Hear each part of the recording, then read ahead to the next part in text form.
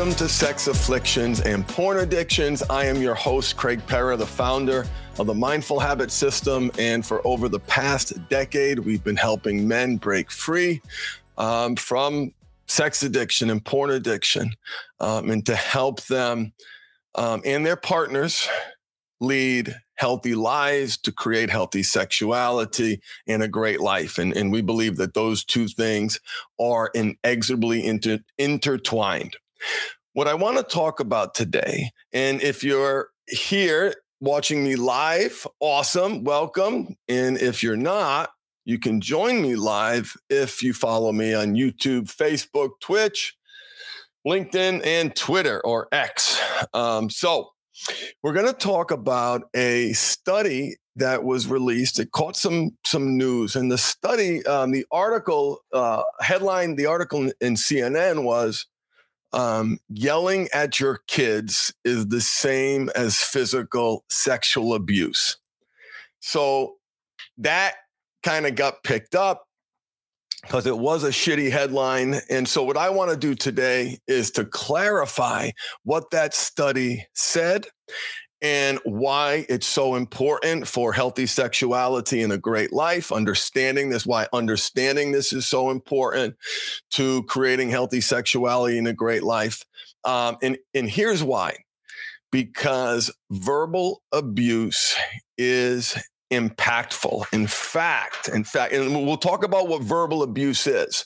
And, what it isn't is yelling. So I'll start with the punchline, and then we'll jump in. And if you're here, please jump in the chat, ask me questions. But verbal abuse has lasting impact throughout a child's life, creating underlying emotional, psychological repercussions, including increased risks of anger, depression, substance abuse, self-harm, and obesity. These are some of my clients, some of my awesome clients. Self-harm, for many guys, this behavior has crossed the threshold into self-harm. Depression, anger, obesity, right? Obesity, part of that reward mechanism. So this is highly relevant, highly relevant. And here's how, and so this is for guys, right? I was thinking of who is this particular video for? And of course it's for everybody. But this is for the guy who is listening, maybe new to recovery, and welcome. Sorry you're here. Glad you're here. And it's like, listen, man, I keep hearing about all this family of origin bullshit. My therapist keeps asking me questions about my past. And what I read says I should be, reflecting on what happened. Nothing untoward sexually happened. Like my dad screamed at me, but, my mom screamed at me, whatever. But come on, it wasn't physical abuse. It wasn't sexual abuse. It wasn't neglect. It wasn't like physical, mental, emotional, and neglect. It wasn't it didn't apply to any one of those areas. And so, typically those guys in therapy, the therapist will, okay, you're right, let's move on. No, we don't do that. And we don't do that because we know with every guy, there's a reason why he does what he does. There's a story. All of our parts have origin stories. And so for that guy who says nothing to see here, well, that makes me even more challenged. And so we get from, and what I explain to these guys is don't look at trauma. Put that word out of your head. Don't think about it that way, because that's going to color like what you experienced didn't rise to that level that meets that threshold. Physical abuse, sexual abuse, mental abuse, neglect. Put that away. Trauma, abuse away. Think impact, right? What was the impact? And so what I want to do in this video is share some of that impact, share this study, and give you a technique that can help you better understand that impact. And understanding that impact is critical to moving forward, right? Because think about it. Everything that you do is a trained, conditioned response. We as human beings are creatures of habit, patterns, over and over and over again. Rarely do we see the outlier event. Even when there's this massive blow up between husband and wife, pattern. We're creatures of habit. And so to meet our needs proactively going forward, it's important for us men to understand why we are the way we are. Why do we react that way? Why do we feel a certain way? Why do I get defensive, right? Why do I tell stupid lies? Why do I project mother onto my wife? Why am I and feel like a little child all the time? Well, those feelings are conditioned. Those feelings, that projection of mother, the punishment, bad boy, is in part traced back to your childhood. Everybody has an origin story. Why we do what we do, the good, the bad, the ugly. That environment had a massive impact. So it's important to understand that so you can react better going forward. To know thyself be true, to understand why you react a certain way, and not beat yourself up and shame yourself and stuck in that circle of making things worse. No, I know why I react that way, and I know what's underneath that. And so now I can meet my needs proactively. So here we go. Child maltreatment currently encompasses 4 categories: physical, sexual, emotional abuse, and neglect. A child in the Journal of Child Abuse and Neglect evaluated these definitions, and they found that emotional abuse is so vague. What does it mean? And it kind of focuses on the victim, how his experiences were received. It doesn't say anything about the perpetrator.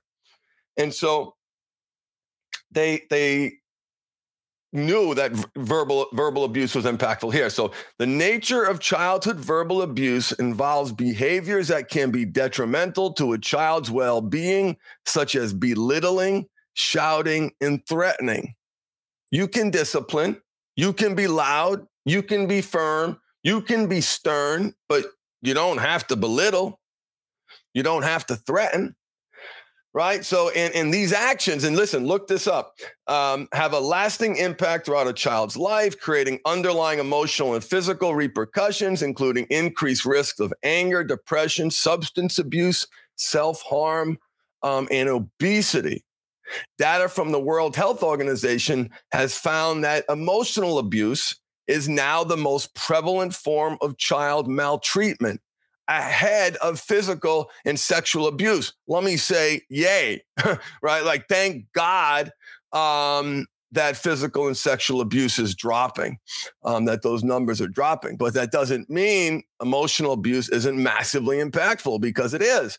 But the researchers found the term emotional abuse ambiguous and focused on the victim, whereas childhood verbal abuse zeroes in on the actions. And this onus could be a starting point for prevention were to be made a subtype in its own right. So anyway, enough about that. But here's the reality. Here's the reality that it is impactful. And one of the ways that guys and partners too can appreciate that impact, because it's really hard, guys, right, for us to do that depth work. Anybody who's in it knows, right? Those walls are really, really high. It is not natural for us to feel. The default switch is compartmentalization, is not feel. Like conceal, don't feel. That's us. That's men. It's why the loneliness epidemic is impacting worse. It's why so many men, you get it, right? You get it. And so I just want to say to the guys who say nothing happened to me because I was only screamed at. Here's the perspective. Here's the technique. And that may be true. I'm not challenging you on that. I have no idea. But here's the technique. And this technique changed my life. I call it the switcheroo.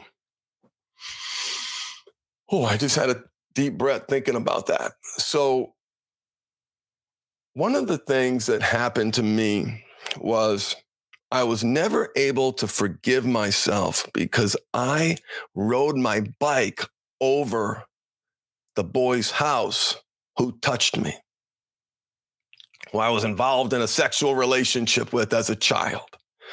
I rode my bike over there.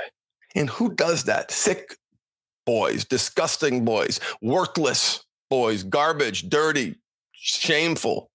So I never could forgive myself because I said, I rode the bike over. I kept riding over. I did that. I chose that over and over again, right? Completely oblivious to the impact of what was going on.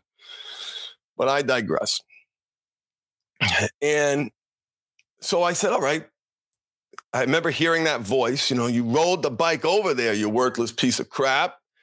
And I said, okay, yeah, let's think about that. Let's focus on that bike. Let's pay attention only to that bike. And so I meditated on that bike. And as I did, and as I pictured it, I realized that it was a bike with a banana seat, right? And every boy knows you don't go banana seat, mountain bike, 10-speed, dirt bike, whatever that leap is, back to banana seat. Right? You might go back there as an adult because they got some cool banana seat bikes, and my brothers listening know what I'm talking about, but that's not what we're talking about. How young must I have been when I rode my bike over there?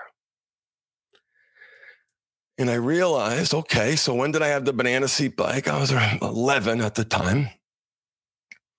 And I had that bike for a few years, 8, 9, 10, 11. And then I imagined, just something hit me. Like I pictured, I was so young riding that bike. And I pictured my son riding that bike. And that was like, whoa. So, and in that moment, when I imagined my son on that bike, I instantly was able to forgive myself. Instantly, I was able to let go of just whatever I needed to let go of. So the technique is the switcheroo. So if you're struggling to evaluate the impact of verbal abuse, imagine, and do this like meditation, right? When it's safe to do so, and if you feel good enough to do so. But you can just imagine, right? You look out the window and you see someone yelling at your child the way you were yelled at.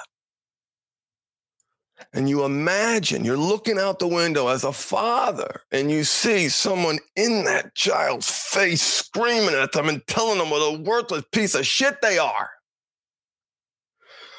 Whoa, wait a minute.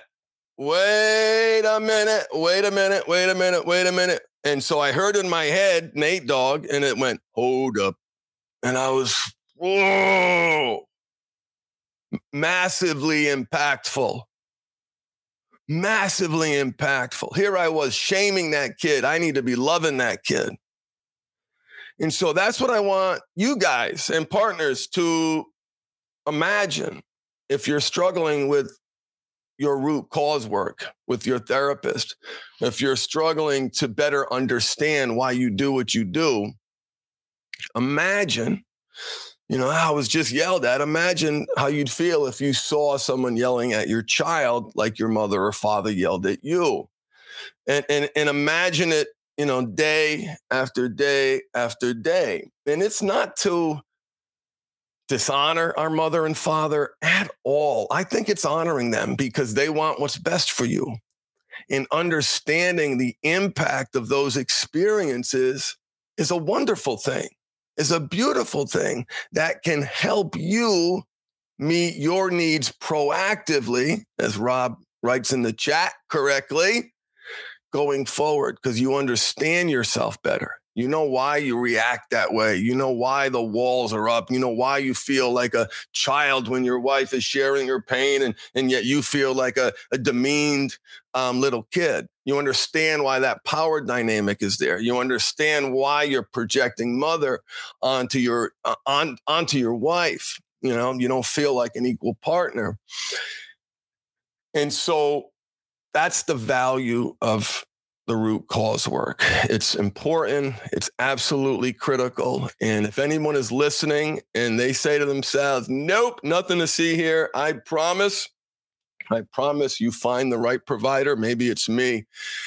You will better understand the impact. There's always an impact. And that has been my experience. Are there people out there in the universe where that's not the case? I'm sure. I just haven't met them. All right. So that's it for today, everybody. Do that switcheroo technique when it feels good to do so. Try to better understand yourself. And if you need more help, visit our website, mindfulhabithelp.com. You can check out our different programs. And I hope it's on the website. We have a new mindfulness program, guys. It's literally, I think, $9 a month. And it is the best mindful meditation. Anyway, I'll see if I can put that in the chat. Thank you so much for listening. Love you all. Keep feeding the right wolf and embrace your power of choice. Make it great, everyone. Bye-bye.